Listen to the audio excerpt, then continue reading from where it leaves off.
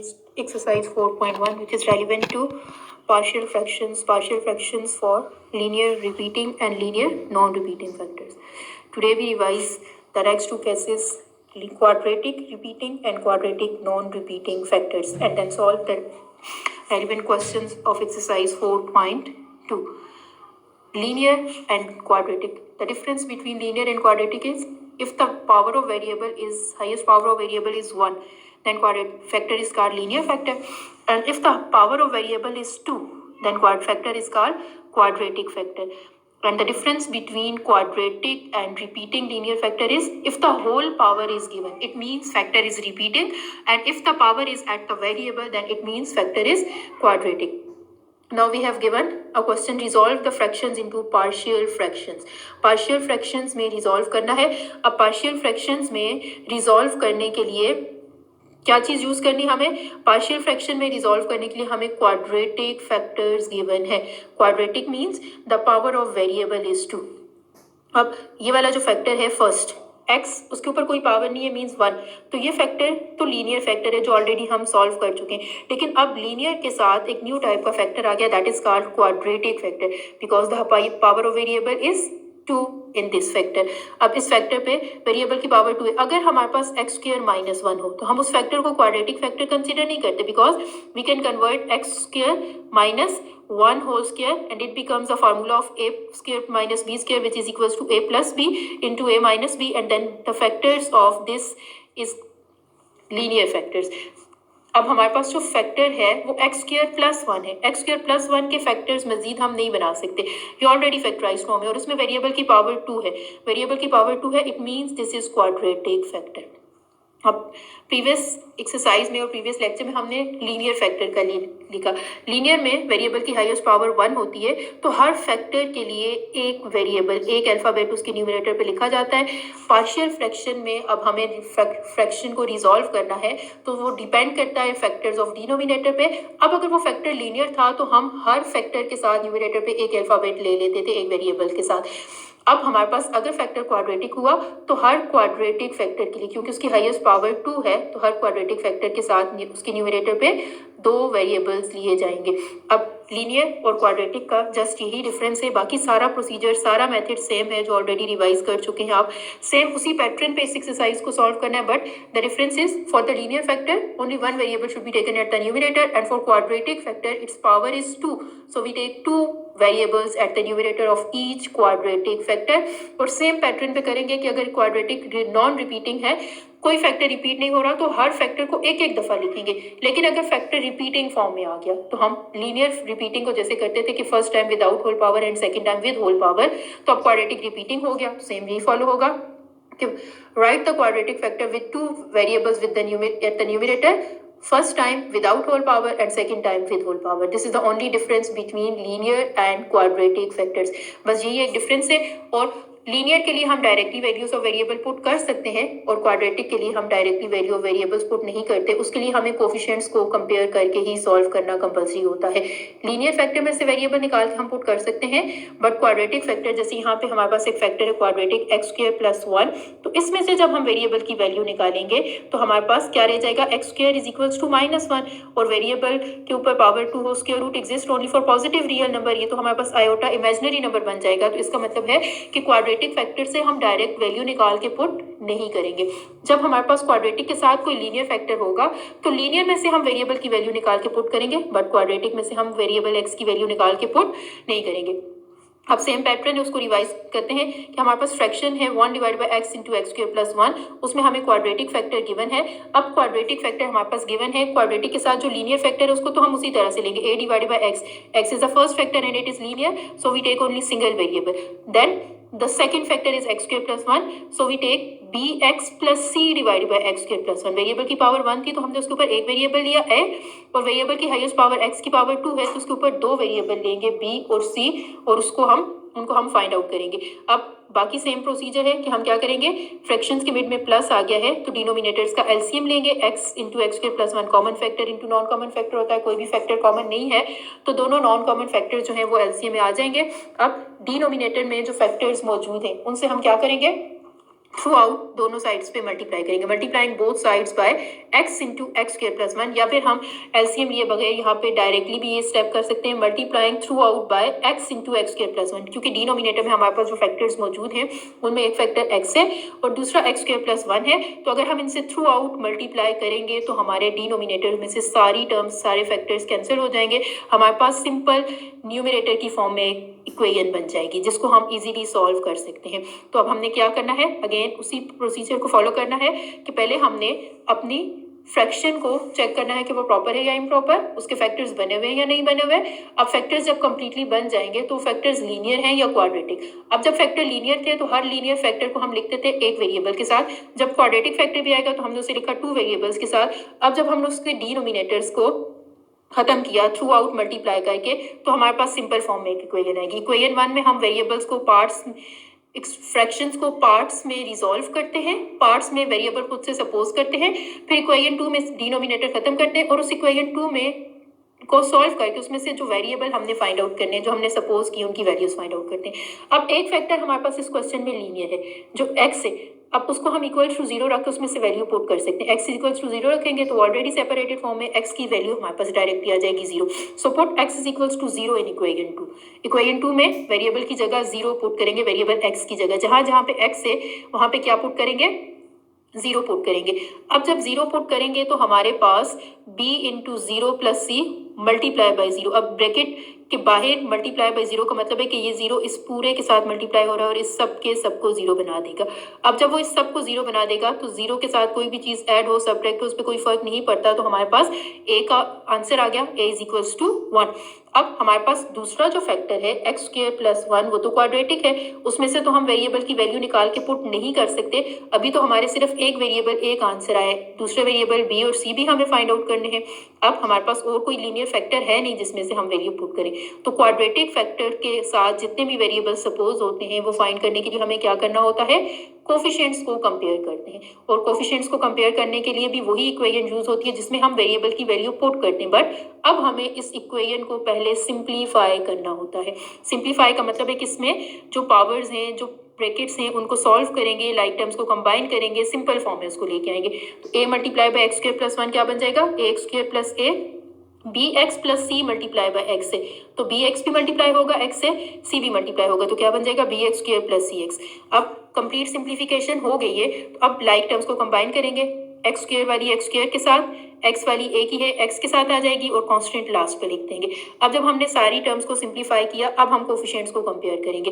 अब अगर हम अपनी लेफ्ट साइड को देखें तो हमारे पास 1 इज इक्वल टू है, लेफ्ट साइड पे हमारे पास कोई एक्स स्क्वायर नहीं है और राइट साइड पे हमारे पास एक्स स्क्वायर है। हम उस एक्स स्क्वायर को अगर कंपेयर करना चाह रहे हैं तो आपको प्रीवियस लेक्चर में भी बताया था कि अगर लेफ्ट साइड पे वो वेरिएबल मिसिंग होगा तो किसके साथ कंपेयर करेंगे, 0 के साथ। तो लेफ्ट साइड पे एक्स स्क्वायर है ही नहीं तो मीन्स वहां पे 0 है, और राइट साइड पे एक्स स्क्वायर के कोफिशिएंट्स क्या है, a प्लस बी, तो वो हम कंपेयर करेंगे।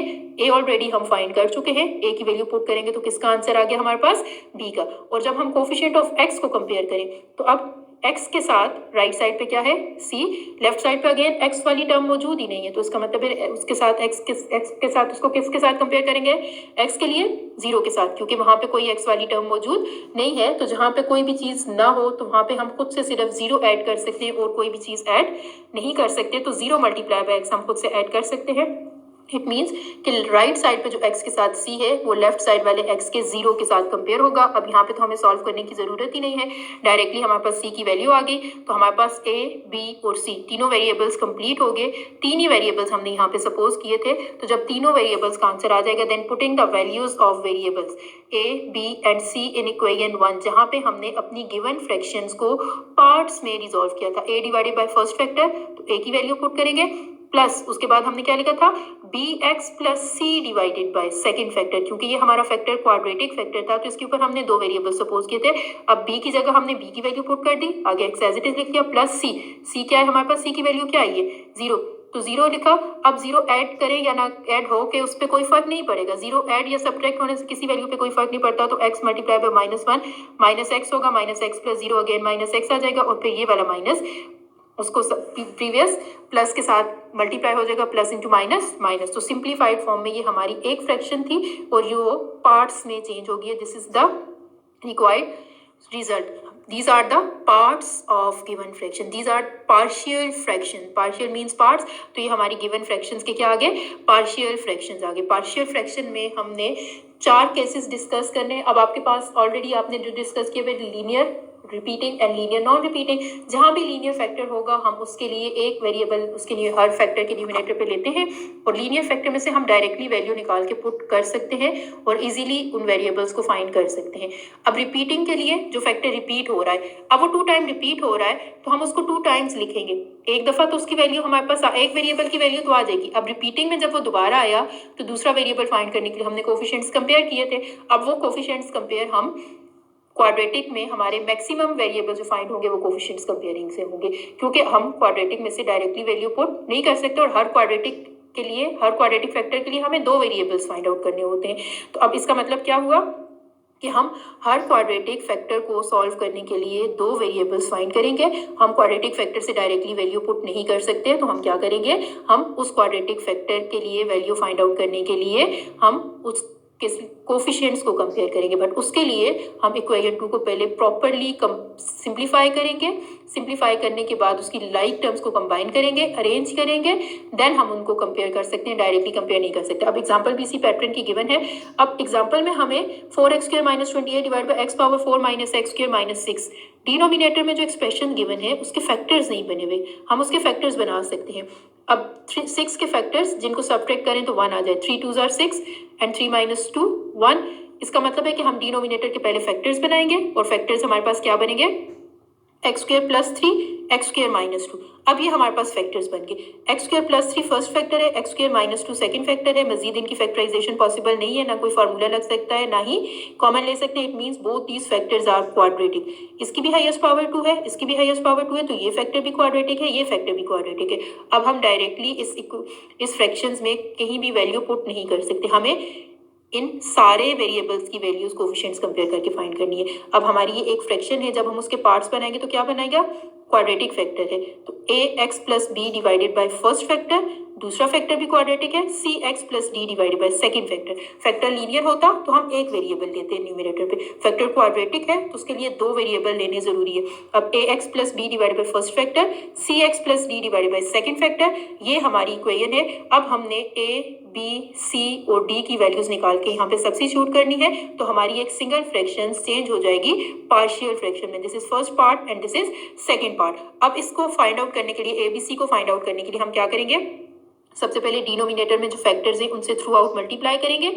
मल्टीप्लाई करने के बाद हमारे पास जो इक्वेशन सिंपल फॉर्म में आएगी, इक्वेशन 2 जिसको हम नाम देते हैं, उस इक्वेशन को हम सॉल्व करते हैं.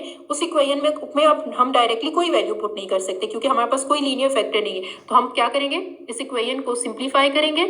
सिंप्लीफाई का मतलब है कि ये एक्सप्रेशन इस एक्सप्रेशन से मल्टीप्लाई होगी, ये एक्सप्रेशन इस एक्सप्रेशन से मल्टीप्लाई होगी. फिर हमारे पास हाईएस्ट पावर यहाँ पे क्यूब हमें नजर आ रही है. तो सबसे पहले हम क्यूब वाली टर्म्स को कंबाइन करेंगे एक जगह, देन हम स्क्वायर वाली टर्म्स को कंबाइन करेंगे, देन हम x वाली टर्म्स को कंबाइन करेंगे, एट लास्ट कांस्टेंट टर्म्स लिखेंगे. अब जब सारी टर्म्स सिंप्लीफाई होकर लाइक टर्म्स कंबाइन हो गई फिर हम कोफिशिएंट्स को कंपेयर करेंगे. लेफ्ट साइड पर अगर हम देखें तो हमारे पास 4x² - 28 है और राइट साइड हमारी स्टार्ट हो रही है क्यूब से. अब हमारे पास लेफ्ट साइड पे क्यूब नहीं है तो मीन्स क्यूब वाली टर्म 0 है. फिर उसके बाद x² वाली हमारे पास मौजूद है, हमने एज इट इज लिख ली. फिर x वाली नहीं है तो x वाली 0 है और कांस्टेंट हमारे पास है.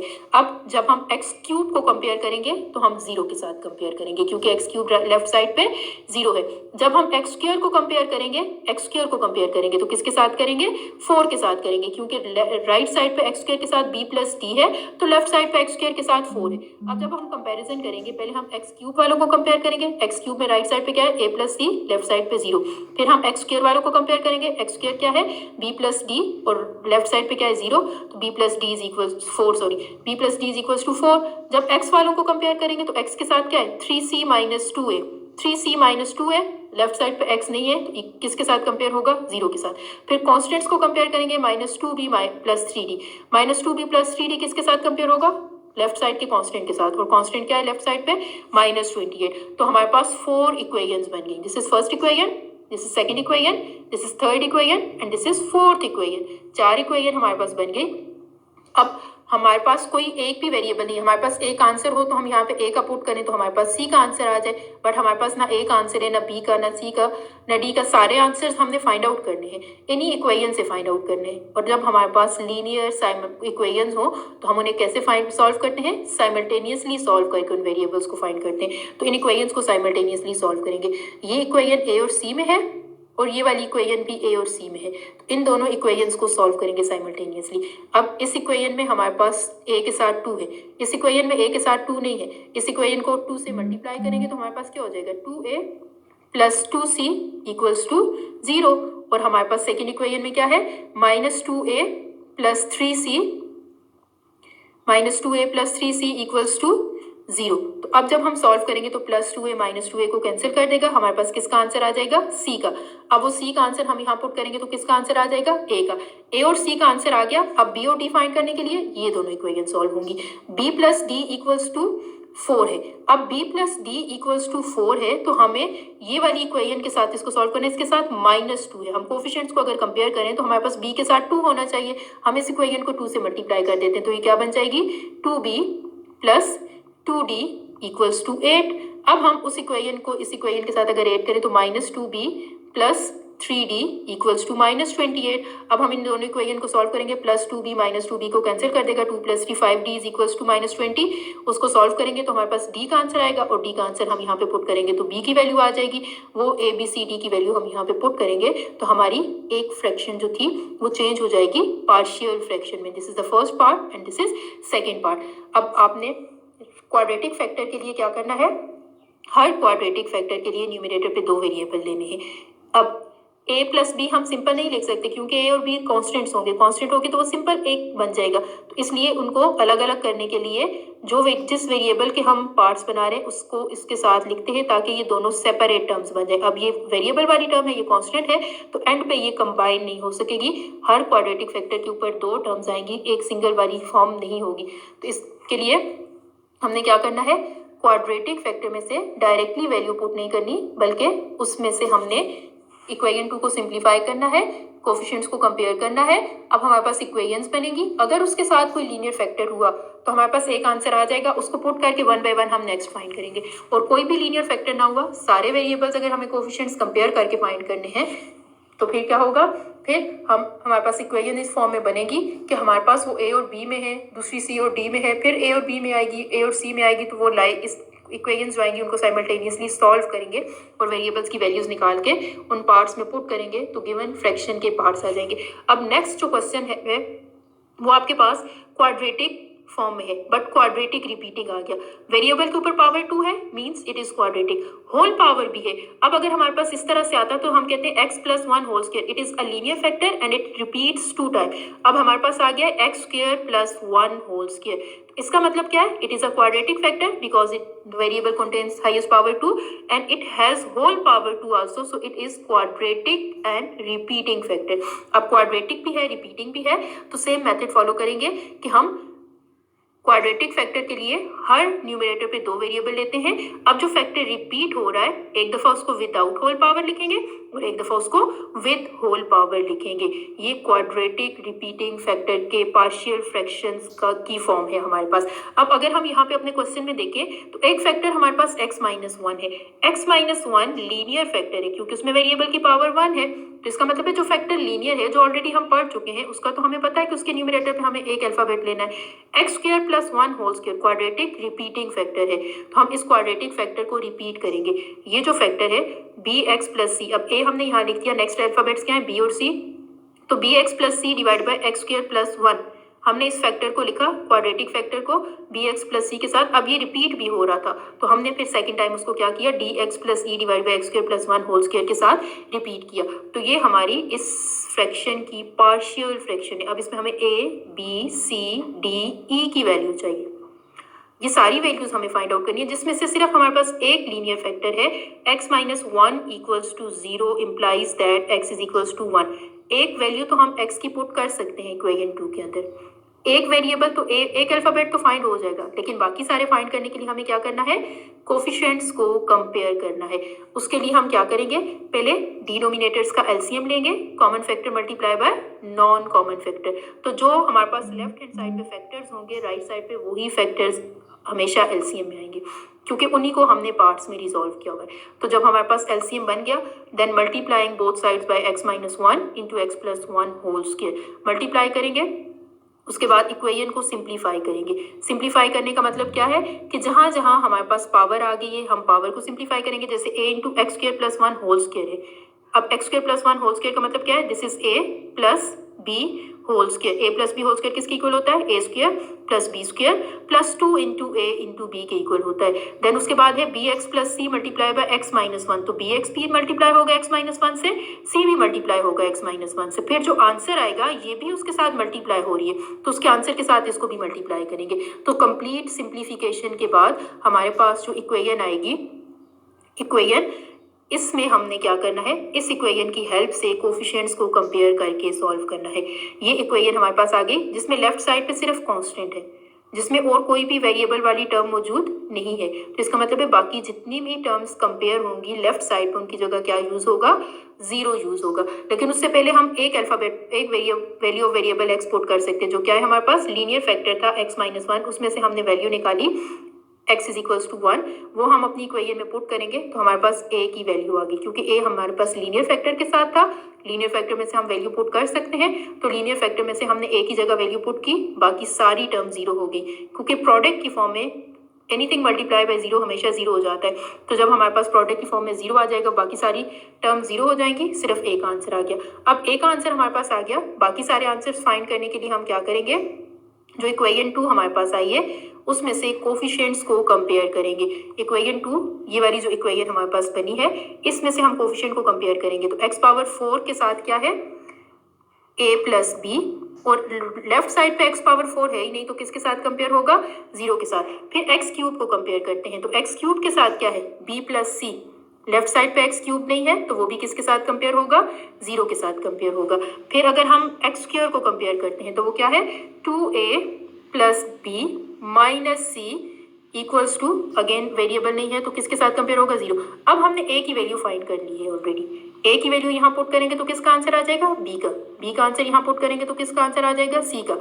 a b आपके पास यहाँ पे a b c और यहाँ पे साथ में d भी है, तो ये a b c की वैल्यू पुट करेंगे, किसका आंसर आ जाएगा, d का। इसी तरह से ऑनवर्ड वैल्यूज पुट करते जाएंगे और हमारे पास अल्फाबेट्स कंप्लीट हो जाएंगे। a b c d e, जितने भी हमारे पास वेरिएबल्स हमने फाइंड आउट करने, पहले हमारे पास a की वैल्यू आ गई। अब हम क्या करेंगे, a की वैल्यू जो हमारे पास आई है, a की वैल्यू यहाँ पुट करेंगे तो b का आंसर आएगा, b की वैल्यू यहाँ पुट करेंगे तो c का आंसर आएगा, a b और c की वैल्यू पुट करेंगे तो किसका आंसर आएगा, d का। अब b c और d की वैल्यू पुट करेंगे तो किसका आंसर आ जाएगा, e का। सारे अल्फाबेट्स जब कंप्लीट हो जाएंगे तो फिर हम उन वैल्यूज को वापस अपनी पार्ट्स में जहाँ पे हमने सपोज किया था उसमें पुट कर देंगे, a b c d e, putting the values of a b c d e in equation 1, जहाँ पे सपोज किया था ये हमारी फ्रैक्शन थी। इस फ्रैक्शन को हमने पार्ट्स में रिजॉल्व किया था, a divided by first factor, ये हमारी a की वैल्यू है और वो हमारा फर्स्ट फैक्टर था, plus bx plus c divided by second factor, factor quadratic था। Then dx plus e divide by second quadratic factor repeating था, तो उसको रिपीटिंग के साथ लिखा। अब a b c की सारी वैल्यूज यहाँ पे पुट कर दी, तो डिनोमिनेटर को यहाँ पे डिनोमिनेटर के साथ ले आएंगे। लेकिन यहाँ पे अगर हम देखें तो हमारे पास न्यूमिनेटर पे फ्रैक्शंस आ गई हैं, तो फ्रैक्शंस को कैसे सॉल्व करते हैं, -1/4x -1/4 है, पहले उनका एलसीएम लेंगे। एलसीएम में क्या आएगा, 4, दो इस टर्म के डिनोमिनेटर में 4 है तो -1x रह जाएगा। फिर इस टर्म के डिनोमिनेटर में भी 4 है, न्यूमिनेटर पे कुछ भी मल्टीप्लाई नहीं होगा, -1 रह जाएगा। तो क्या रहेगा न्यूमिनेटर पे, -x -1 और डिनोमिनेटर वाला 4 डिनोमिनेटर के साथ आ गया। सेम इसी तरह यहाँ पे 2 एलसीएम में आ जाएगा, जो डिनोमिनेटर में आ जाएगा, न्यूमिनेटर में क्या आ जाएगा, -x -1। अब अगर हम यहाँ से माइनस कॉमन लेते हैं तो पूरी फ्रैक्शन के न्यूमिनेटर में से माइनस कॉमन लेंगे। माइनस हमने कॉमन ले लिया, तो कॉमन लेने का मतलब है कि ये इस टर्म का साइन भी चेंज होगा, इस टर्म का भी, क्योंकि ये वाला साइन इस पूरी फ्रैक्शन के न्यूमरेटर के साइन को रिप्रेजेंट कर रहा है। तो जब भी माइनस साइन कॉमन लेना है तो यहाँ से हमने माइनस साइन कॉमन लिया, अब इस ये वाला माइनस पॉजिटिव बन जाएगा, अगर यहाँ पे प्लस है तो माइनस बन जाएगा, यहाँ पे ऑलरेडी माइनस है तो ये भी प्लस बन जाएगा। यहाँ से भी हमने माइनस जब कॉमन लिया तो ये वाला माइनस प्लस बन गया और ये वाला माइनस भी क्या बन जाएगा, प्लस बन जाएगा। तो अगर ऑलरेडी प्लस है वो माइनस में चेंज हो जाएगा, माइनस है तो वो प्लस में चेंज हो जाएगा अगर हम यहाँ पे माइनस साइन को कॉमन लेंगे। So this is the method for the partial fractions of quadratic repeating factor. अब quadratic repeating factors, non repeating factors, अब हमने प्रीवियस एग्जांपल जो की उसमें क्वाड्रेटिक नॉन रिपीटिंग थे, उसमें कोई लीनियर फैक्टर था ही नहीं, तो हमने सारे वेरिएबल्स फाइंड किए, कोफिशिएंट्स को कंपेयर करके हमारे पास डिफरेंट इक्वेशंस बनी, हमारे पास कोई आंसर नहीं था जिसको हम पुट करके दूसरा वेरिएबल फाइंड करते हैं, तो हमने इक्वेशंस को साइमल्टेनियसली सॉल्व किया, equating their coefficients, by equating their coefficients। लेकिन जब हमारे पास एक लीनियर फैक्टर होगा तो फिर हमारे पास कैसे बनेगी इक्वेशंस, हमारे पास एक जो लीनियर फैक्टर है उसमें से वैल्यू ऑफ एक्स पुट करके हम एक वेरिएबल फाइंड कर लेंगे। अब नेक्स्ट हमारे पास ऑनवर्ड इक्वेशन ऐसे बनेगी कि एक की जो वैल्यू आई है उसको पुट करके हमारे पास सेकंड अल्फाबेट आएगा, फिर उनको पुट करके थर्ड आएगा अप टू द लास्ट। तो फिर एंड पे क्या करते हैं, उन सारे वेरिएबल्स की वैल्यूज पुट करते हैं और अगर कहीं पे फ्रैक्शन आ जाए न्यूमरेटर पे तो उनको एलसीएम लेके सॉल्व करके डिनोमिनेटर को, फ्रैक्शन के डिनोमिनेटर को हमारे पास जो डिनोमिनेटर प्रॉपर है उसके साथ शिफ्ट कर देना है। अब इससे रेलिवेंट आपके पास एग्जाम्पल्स हैं 5, 6, 7 और क्वेश्चंस जो रेलिवेंट एक्सरसाइज 4.2 के हैं उनको सॉल्व करना है। इससे चैप्टर 4 की 2 ही एक्सरसाइजेस हैं, तो अब आपका चैप्टर कंप्लीट हो गया। तो बुकलेट के अंदर, समरी के अंदर डेफिनेशंस, एग्जांपल्स, जितने भी एमसीक्यूज हैं उन सब एमसीक्यूज को केयरफुली रीड करना है और सॉल्व करना है। Thank you.